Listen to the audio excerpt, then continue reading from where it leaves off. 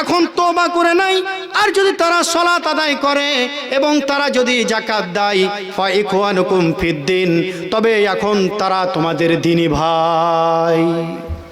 সালাত যদি কায়েম করে তবে তারা তোমাদের দ্বীনি ভাই, আর যদি সালাত আদায় না করে তবে সে তোমার দ্বীনি ভাই হতে পারে না। সম্মানিত উপস্থিতি, আল্লাহ রাব্বুল আলামিন অসংখ্য অগণিত আয়াতে আল্লাহ রাব্বুল আলামিন এই সালাত হেফাজত করার ব্যাপারে তিনি সাবধান করেছেন। ভাইরা আমার, বন্ধুরা আমার, বাপজানেরা আমার, কিছু কথা, আমাদের এমন একটা এই পরিবেশ হয়ে গেছে মুসলমানের, যে বক্তা হাসাতে পারবে, রোমান্টিক করতে পারবে, গীত গাইতে পারবে, গান গাইতে পারবে, তখন আমরা আছি। কিন্তু সহি হাদিস, সহি কোরআন যখন আলোচনা হবে তখন এই বক্তা কিরে হাসাতে পারে না, এরকম হয়ে গেছে আমাদের আখলাক। সম্মানিত উপস্থিতি, এটা শরীয়ত নয়। আল্লাহ নবী সাল্লাল্লাহু আলাইহি সাল্লাম কঠিনভাবে হুঁশিয়ার করেছেন যে শরীয়তকে নিয়ে হাসি ঠাট্টা তামাশা করা যাবে না। আজ আমার সিনিয়র বক্তারা বলে গেছেন, তাদের আমি ভুল ধরছি না, ছোট করছি না। আল্লাহ নবী সাল্লাল্লাহু আলাইহি সাল্লাম বলেছেন যে কোনো ব্যক্তি যদি মসজিদ মাদ্রাসা যদি দান করে তবে তাকে বলতে হবে আল্লাহুম্মা সাল্লি আলাইহি আল্লাহুম্মা বারিক আলাইহি, আল্লাহ তোমার নেক উদ্দেশ্যকে পূরণ করুক, আল্লাহ তোমার এই দানকে কবুল করুক। কিন্তু আজ আমাদের বক্তারা, আল্লাহ দিয়েছে একটা আন্ডা, আল্লাহ তুমি তাকে করে দিও ঠান্ডা, আল্লাহকে বলবে তাহলেও করবে নাকি? এমন ভাবে মানে গীতের আকারে, এমন মানে ছন্দ আকারে, কবিতার আকারে দোয়া করে, যেটা শরীয়তে মোটেই আপনার জায়েজ নয়। কিন্তু আজ আমরা যেরকম শ্রোতা সেরকম বক্তা, শ্রোতাকে হাসাতে পারলেই যেন বক্তার মন ভরে। সম্মানিত উপস্থিতি, তো আমরা অনুরোধ করি, এতক্ষণ থাকলেন আধা ঘন্টা একটু কোরআন হাদিসের কথা শুনুন না। সালাত এমন একটা বিষয় আপনার সম্মুখে আমি আলোচনা করতে যাচ্ছি, এই বিষয়টা আপনার জীবনে জানা একান্ত প্রয়োজন। সম্মানিত উপস্থিতি, চলুন আমি কথা লম্বা করছি না। এই সালাত সম্পর্কে আল্লাহ নবী সাল্লাল্লাহু আলাইহি সাল্লাম অনেক হাদিসে বলেছেন, এই যে আপনারা দান করছেন হাজার হাজার টাকা, কেউ 20,000, 25,000, 30,000, কেউ ভুট্টা, কেউ সিমেন্টের বস্তা, এই যে দান করছেন, একটা হাদিস শুনুন, হাদিস শুনুন, এই দান করে কি লাভ হবে। আল্লাহ নবী জনাবে মুহাম্মদ রাসূলুল্লাহ সাল্লাল্লাহু আলাইহি ওয়াসাল্লাম বলেন, আউয়ালা মা ইউহাসাবু বিহিল আবদু ইয়াউমাল কিয়ামাতি সালাত ফাইন সালুহাত সালুহা লাহু সাইরু আমালিহি ওয়া মান ফাসাদাত ফাসাদু সাইরু আমালিহি। কিয়ামতের দিন আল্লাহ রাব্বুল আলামিন যেদিন এই আদম সন্তানের হিসাব নেবেন, আল্লাহ রাব্বুল আলামিন আমাদেরকে এই দুনিয়ার বুকে আল্লাহ রাব্বুল আলামিন বলেন, তাবারাকাল্লাযী বিয়াদিহিল মুলকু ওয়া হুয়া আলা কুল্লি শাইইন কাদির আল্লাযী খালাকাল মাউতা ওয়াল হায়াতা লিয়াবলুয়াকুম আইয়ুকুম আহসানু আমালা ওয়া হুয়াল আজিজুল গাফুর। আল্লাহ রাব্বুল আলামিন সূরা মুলকের মধ্যে বলেন, পবিত্রময় সত্তা তিনি, যার হাতে সমস্ত রাজত্বের অধিকারী এবং তিনি সর্বক্ষমতার অধিকারী। আল্লাহ রাব্বুল আলামিন তার বলছেন যে আমি মানুষের মৃত্যুকে সৃষ্টি করেছি এবং আমি তার জীবনকে সৃষ্টি করেছি এই জন্য যে পৃথিবীর বুকে কোন মানুষ আমলের দিক দিয়ে বেশি হতে পারে। মানুষকে আল্লাহ রাব্বুল আলামিন বলছেন যে কোন মানুষ আমলের দিক দিয়ে বেশি হবে, তার জন্য এই মানুষকে আমি পরীক্ষার জন্য দুনিয়াতে আমি সৃষ্টি করেছি। আর এই দুনিয়াতে আপনি পরীক্ষা দিতে এসেছেন। যেদিন ফলাফল হবে কিয়ামতের দিন, সেই দিন আল্লাহ রাব্বুল আলামিন বান্দাকে সর্বপ্রথম যেটা জিজ্ঞাসা করবে, আউয়ালা ইউহাসাবু বিহিল আবদু ইয়াউমাল কিয়ামাতিস সালাত। কিয়ামতের দিন আল্লাহ রাব্বুল আলামিন বান্দাকে সর্বপ্রথম জিজ্ঞাসা করবে। আল্লাহ রাব্বুল আলামিন বলবে, বান্দারে, দুনিয়াতে তোমাকে আমি 30 বছর, 40 বছর, 50 বছর, 100 বছর তোমাকে আমি হায়াত দিয়েছিলাম। বান্দা, তুমি বলো দুনিয়ার বুকে তুমি সালাত কায়েম করেছিলে কিনা? দুনিয়ার বুকে যদি আপনি যথাযথভাবে যদি আপনি সালাত কায়েম করেন, দিনে রাত্রে 5 ওয়াক্ত যদি সালাত আপনি কায়েম করে থাকেন, যদি আপনার আমলনামায় যদি সালাতের এই নামাজের যদি ঘাটতি না থাকে, তবে কিয়ামতের দিন আল্লাহ নবী বলছেন, ওয়াইন সালুহাত সালুহা লাহু সাইরু আমালিহি, সেদিন আপনার সমস্ত আমলগুলি কবুল হয়ে যাবে।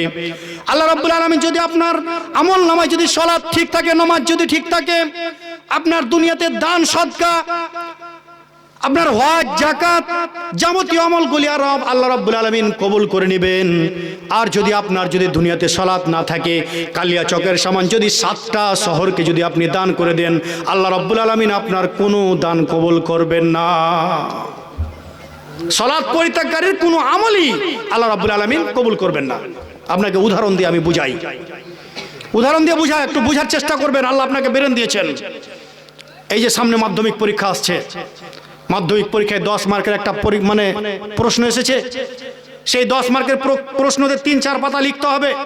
3-4 পাতা লিখতে লিখতে একটা ছাত্র প্রথম থেকে নিয়ে শেষের 3 ভাগ অঙ্ক ঠিকঠাক ভাবে করে এসেছে, আর শেষের সময় তার উত্তরটা ভুল হয়ে গেছে। কি বলেন মাস্টার মশাই তার উপরে মায়া করে 1 নম্বর দিবে?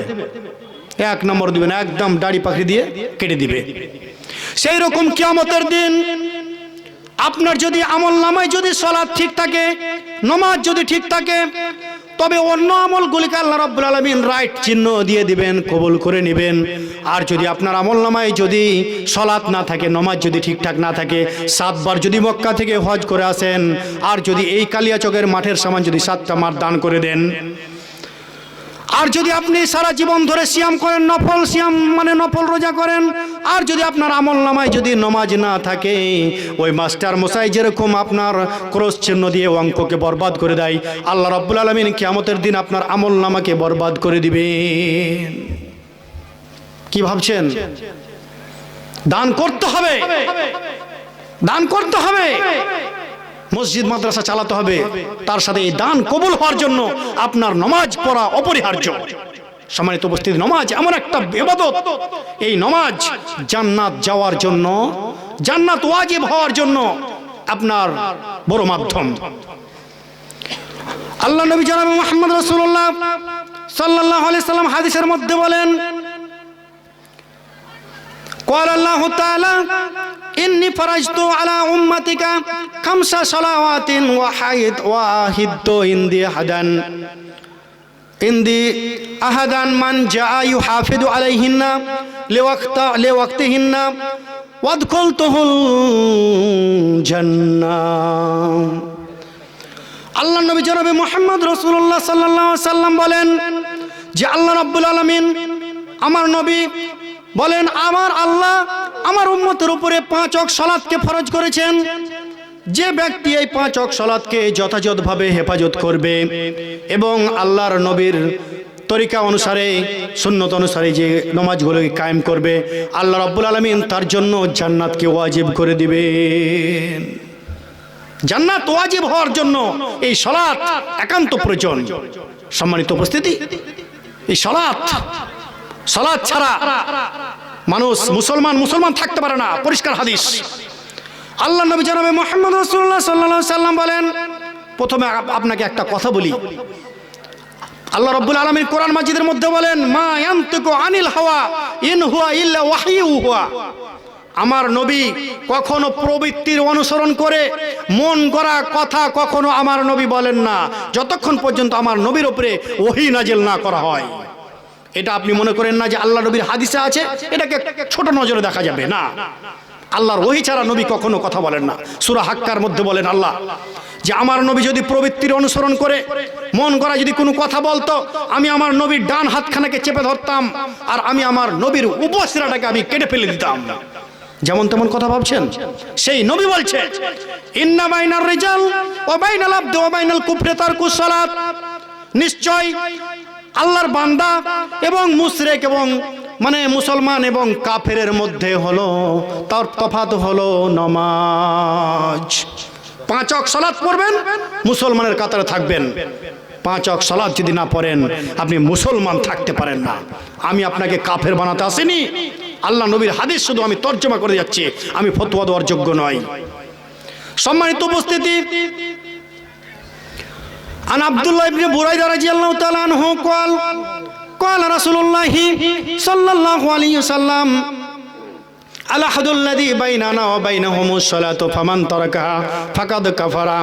আল্লাহ নবী জনাবে মুহাম্মদ রাসূলুল্লাহ সাল্লাল্লাহু আলাইহি ওয়াসাল্লাম বলছেন, আমাদের মাঝে এবং তাদের মাঝে একটা ব্র্যাকেট হয়ে গেছে, একটা তফাৎ হয়ে গেছে, একটা বর্ডার হয়ে গেছে, তফাৎ হয়ে গেছে, পার্থক্য হয়ে গেছে আমাদের মাঝে।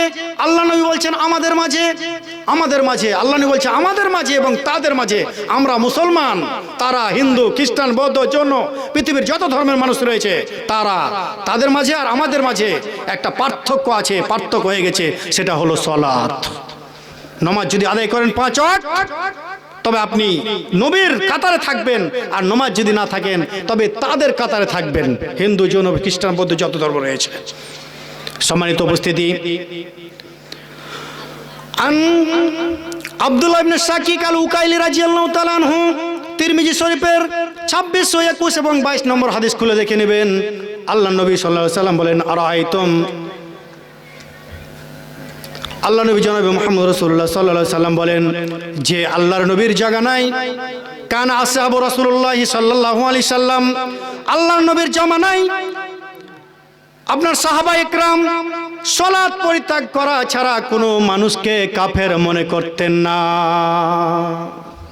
সম্মানিত উপস্থিতি, আজ আমাদের সমাজে আমার মেয়ের বিয়ে দিব, আপনার মেয়ের বিয়ে দিবেন, একটা ছেলে দেখতে গেছেন, আপনি যদি জানতে পারেন ওই ছেলেটা প্রকাশ্যে মদ খায়, আপনার মেয়ের সাথে বিয়ে দিবেন না। অথচ মদ খেলে মানুষ কাফের হয় না, মদ খাওয়া কাবিরা গুনাহ। একটা ছেলে যদি প্রকাশ্যে জেনা করে কোনো মেয়ের সাথে, আপনি যদি জানতে পারেন আপনার মেয়ের বিয়ে দিবেন না। অথচ জেনা করা কাবিরা গুনাহ, জেনা করলে মানুষ কাফের হয়ে যায় না। একটা ছেলে যদি তাস খেলে, জুয়া খেলে, নেশা মানে আপনার লটারি কাটে, আপনি তার সাথে আপনার মেয়ের বিয়ে দিবেন না। অথচ এগুলো কাবিরা গুনাহ, এগুলো করলে, জুয়া খেললে মানুষ কাফের হয়ে যায় না। কিন্তু আল্লাহ নবী জনাবে মুহাম্মদ রাসূলুল্লাহ সাল্লাল্লাহু আলাইহি সাল্লাম বলেন, মান তারাকা সালাতান ওয়াহিদান মুতাআম্মিদান ফাকাদ কাফারা, ইচ্ছাকৃতভাবে কেউ যদি এক ওয়াক্ত সালাতকে যদি ছেড়ে দেয় তবে সে ব্যক্তি কাফের। সেই ছেলেটা জীবনে নামাজের ধার ধারে না, দিল্লি বোম্বাই খাটে, শুক্রবারের নামাজটাও পড়ে না, অথচ আপনার মেয়ের সাথে সেই ছেলের বিয়ে দিচ্ছেন, ওই ছেলে কাফের। আল্লাহ রাব্বুল আলামিন কোরআন মাজিদের মধ্যে সূরা নেসার মধ্যে বলে দিয়েছেন যে মুমিন নারী, মুমিন পুরুষের জন্য এবং খারাপ ছেলে কাফের, কাফেরের জন্য। আপনার মেয়েটাকে আপনি নামাজি বানিয়েছেন আর একটা কাফের ছেলের হাতে আপনি তুলে দিচ্ছেন, একবার আপনি চিন্তা ভাবনা করেন না। সম্মানিত উপস্থিতি, আজ আমরা মনে করছি আমরা আমাদের ভোটার কার্ডে, আধার কার্ডে মোহাম্মদ আব্দুল্লাহ, আব্দুর রহমান, আব্দুল সাত্তার নাম থাকলে আমরা গলাবাজি করে আমরা মুসলমান, আমরা নবীকে খুব ভালোবাসি। সম্মানিত উপস্থিতি, বুখারী শরীফের হাদিস, মুসলমান কাকে বলে? বুখারী শরীফের 391 নম্বর হাদিস খুলে দেখুন।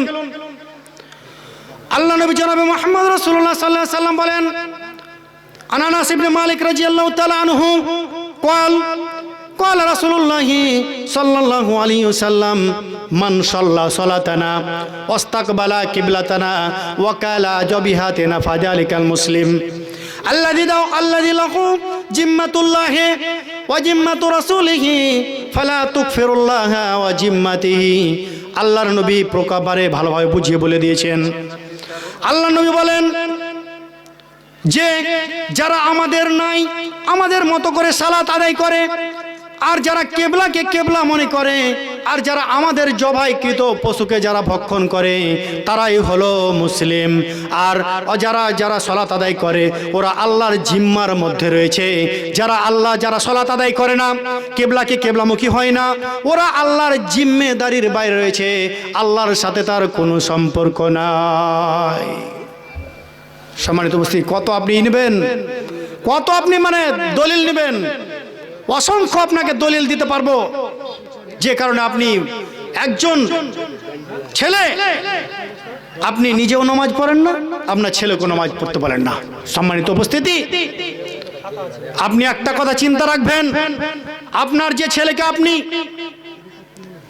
মানুষ করছেন, যে ছেলের জন্য আপনি হারাম হালাল চিনছেন না, যে ছেলের জন্য আপনি বাজারে মার্কেট তৈরি করে দিয়ে গেলেন,